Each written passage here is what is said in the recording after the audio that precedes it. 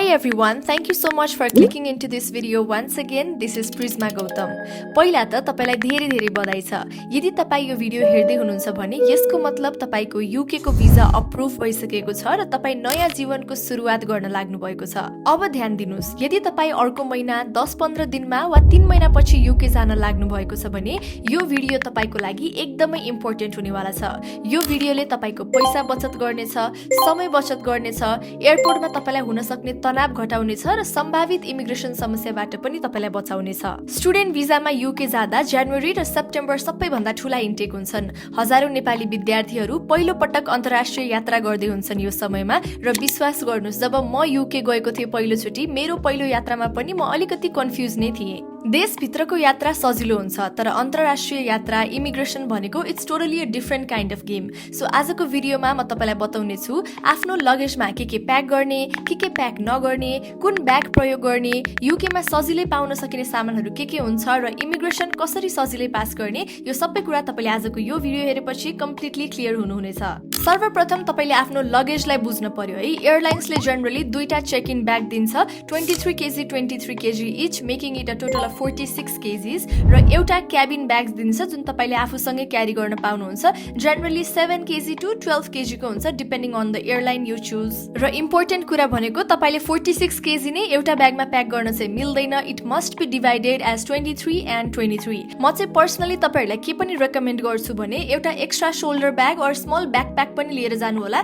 त्यो चाहिँ तपाईले स्पेसिफिकली डकुमेन्टहरु राख्नको लागि युज गर्नुस्। This will help you big time at immigration. Now let's break everything into sections. Number 1, travel documents. These are very important documents that you should keep in your shoulder bag. Most important: passport, passport size photos, academic documents, offer letter, cash letter, no objection certificate or NOC, flight tickets, TB test report, accommodation booking confirmation, bank statement or proof of funds. Last but not the least, university documents and certificates. यो documents हरु किन shoulder bag मा राख्ने त? Because at immigration, if the officer asks something, तपाईलाई कुनै document हरु देखाउनु भन्यो भने तपाईले त्यहाँनिर आफ्नो entire ठूलो suitcase खोलेको त राम्रो भएन। So you should be able to take out documents quickly and professionally. त्यसको लागि तपाईले एउटा shoulder bag use गर्नुभयो भने तपाईको प्रोसेस एकदमै स्मूथ र फास्ट हुनेछ। Number 2, cooking utensils. यो चाहिँ तपाईले आफ्नो चेक इन ब्यागमा राख्नु होला।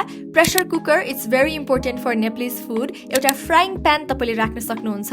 2-3टा प्लेट, 2-3टा कचौरा, 2-3टा चम्चा र 2-3टा ग्लास पनि तपाईले राख्नु होला। यसको साथसाथै तपाईले डिसवाशिङ स्पन्ज र डिसवाशिङ सोपहरु पनि राख्न सक्नुहुन्छ भाँडा मस्काउनको लागि। त्यसैगरी एउटा चाहिँ माइक्रोवेभ प्लेट पनि राख्नु होला, as ovens are very much common in UK. Important कुरा भनेको तपाईले चक्कु वा कुनै पनि धारिलो हतियार चाहिँ आफूसँग नबोक्नु होला। Even if some people say that you can put it in check in, please avoid it. तपाईलाई इमिग्रेसनमा कुनै पनि समस्यामा फस्नु छैन।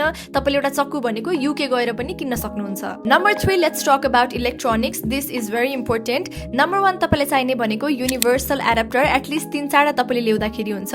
युके को प्लग्स चाहिँ जनरली नेपालको प्लग्स भन्दा अलिकता डिफरेन्ट हुने गर्छ। साथसाथै एक्सटेन्सन कर्ड, पावर ब्याङ्क पनि तपाईले ल्याउन सक्नुहुन्छ। हेडफोन्स, ल्यापटप यदि तपाईसँग अलरेडी छ भने अब ल्यापटप, फोन, चार्जर यो त अभियसली भइहाल्यो।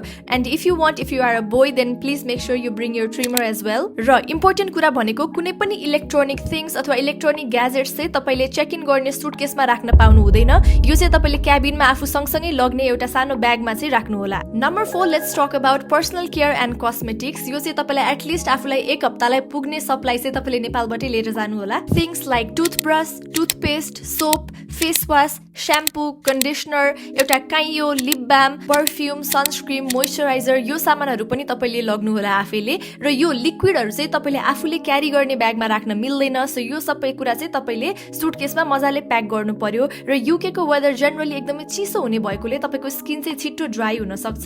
सो मोइस्चराइजर चाहिँ एउटा मात्र होइन, ठुलो बट्टाको 1-2टा बट्टा नै तपाईले लग्दाखेरि हुन्छ। र केटीहरूले चाहिँ 1 महिनाको बेसिक मेकअप नेपालबाटै बोकेर जानु होला। पछि तपाईले प्रोडक्ट्सहरू रिस्टक गर्नको लागि अनलाइन अर्डर गर्न सक्नुहुन्छ अथवा फिजिकली स्टोर गएर पनि रिस्टक गर्न सक्नुहुन्छ। बट 1 मन्थको बेसिक मेकअप चाहिँ नेपालबाटै लिएर गएको better. Number 5, let's talk about medicines with prescriptions only. एकदमै इम्पोर्टेन्ट, विथ प्रेस्क्रिप्सन्स ओन्ली। तपाईले मेडिसिन्स 2 देखि 3 महिनालाई पुग्ने नेपालबाट लग्न सक्नुहुन्छ if you are under prescription. तपाईले आफूले युज गर्नु भएको मेडिकेसन्सहरू छ भने त्यो अभियसली लग्न परिहाल्यो। त्यो बाहेक तपाईले मल्टिभाइटामिन्स, पेन किलर्स, एन्टिबायोटिक, एन्टासिड र एउटा बेसिक फर्स्ट एड किट चाहिँ आफैले नेपालबाटै लग्नु भयो भने बेटर हुन्छ। And never carry any medicine without prescription. तपाईँलाई इमिग्रेसनमा एकदमै समस्या हुन सक्छ। इमिग्रेसनमा मात्र होइन, तपाईँलाई युकेमा नै समस्या हुन सक्छ, बिकज युकेमा चाहिँ नेपालमा जस्तो तपाईँले एउटा फार्मेसीमा छिरेर यसै एन्टिबायोटिक्सहरू माग्न मिल्दैन, कुनै पनि औषधि यसै किन्न मिल्दैन। You need general physician consultation. So त्यसको लागि तपाईँले प्रेस्क्रिप्सन चाहिँ सधैँ आफूसँग नै राख्नु होला। Number 6, let's talk about the miscellaneous things that you might want to bring to UK. यसमा पर्यो तपाईँको waterproof backpack for university and for work. अर्को तपाईँको इम्पोर्टेन्ट चार्जर्सहरू छ भने त्यो पनि ल्याउन सक्नुहुन्छ र बेसिक स्टेसनरी पनि तपाईँले नेपालबाटै लगेको better. Number 7, let's talk about clothes. के लुगा लग्ने त? के लुगा लग्ने भन्ने कुरा थाहा पाउनु भन्दा अगाडि तपाईँले युकेको मौसम याद राख्नुहोस् है। युकेमा चाहिँ जेनरली गर्मी महिना 3-4 महिनासम्म मात्र हुन्छ र जाडो महिना चाहिँ 8 देखि 9 महिनासम्म हुन्छ। सो तपाईँले के लग्नु पर्यो त? 8 वटा जति तपाईँले बेसिक टी सर्ट्स लग्नु पर्यो, 2-3टा हुडी लगेको बेटर, एउटा एकदमै राम्रो तातो न्यानो विन्टर ज्याकेट लग्नु होला, थर्मल वेयर 2-3टा थर्मोकोटहरू तपाईँले लग्दाखेरि हुन्छ, पन्जा टोपी मफलरहरू तपाईँले 2-3टा लग्दाखेरि हुन्छ। त्यसै गरी बेसिक ट्राउजर र बेसिक जिन्स तपाईँले 2-2टा प्याक गर्नु होला। And not to forget some warm socks for winter. र प्रो टिप भनेको तपाईँले एटलिस्ट 2 महिनालाई चाहिँ लुगाहरू प्याक गर्नुहोस्, तर क्लोथ्सलाई एकदमै ओभर प्याक नगर्नुहोस्, किनभने युकेमा अफोर्डेबल विन्टर वेयर सजिलै किन्न पाइन्छ। नेपालको भन्दा पनि सस्तो हुन्छ त्यहाँको विन्टर वेयरहरू। अब लुगाकै कुरा गरेर त हामीले बेडिङ एन्ड पर्सनल स्टफको पनि कुरा गरौँ। तपाईँले 2टा बेडसिट, 2टा पिलो कभर, क्विल्ट, ब्ल्याङ्केटहरू नेपालबाटै लग्दाखेरि हुन्छ। ब्ल्याङ्केट भन्दा नि ब्ल्याङ्केटको कभर चाहिँ तपाईँले नेपालबाट लग्नु होला। न्यापकिन र टिस्यु रोल तपाईँले लग्न सक्नुहुन्छ, वेट वाइप्सहरू। यो सामानहरू चाहिँ त्यस्तो भारी हुँदैन, तर तपाईँको कम्फर्टको लागि एकदमै राम्रो हुन्छ। Number 8, food items. धेरै विद्यार्थीहरूले लुगा सँगसँगै खानेकुरा पनि ओभर प्याक गर्नुहुन्छ। सो के लग्ने त? Small amount of Nepali spices, नुन, बेसार, खुर्सानी, जिरा तपाईँले अलिअलि लग्नु होला। त्यसै गरी instant noodles, ready to eat food जुन एक हप्ताको लागि तपाईँले लग्न सक्नुहुन्छ। त्यसै गरी मिल रिप्लेसमेन्ट बार्स पनि मलाई पर्सनली एकदमै मनपर्छ। एयरपोर्टमा भोक लागिरहेको बेलामा चाहिँ एउटा नट बार निकालेर खायो भनेदेखि पेट नै भरेको जस्तो फिल हुन्छ। सो यो पनि तपाईँले लग्न सक्नुहुन्छ, ट्राई गर्न सक्नुहुन्छ। र के कुरा चाहिँ अभोइड गर्ने त लग्नलाई? सो तपाईँले मासुको कुनै पनि पदार्थ नलग्नु होला, डेयरी प्रडक्ट्सहरू नलग्नु होला, फ्रेस भेजिटेबल्स लगेर केही काम नै छैन, र लार्ज फुड क्वान्टिटिज चाहिँ कुनै पनि नलग्नु होला। युकेको लगभग सबै सहरहरूमा चाहिँ एसियन स्टोर्सहरू हुन्छ जहाँ तपाईँले मजाले नेपालकै फुड, नेपालकै टेस्ट पाउने आइटम्सहरू पर्चेस गर्न मिल्छ। सो एकदमै धेरै तपाईँले ओभर प्याकिङ गर्नुभयो फुड क्वान्टिटिजको भनेदेखि यसले लगेज वेट बढाउने मात्र काम गर्छ।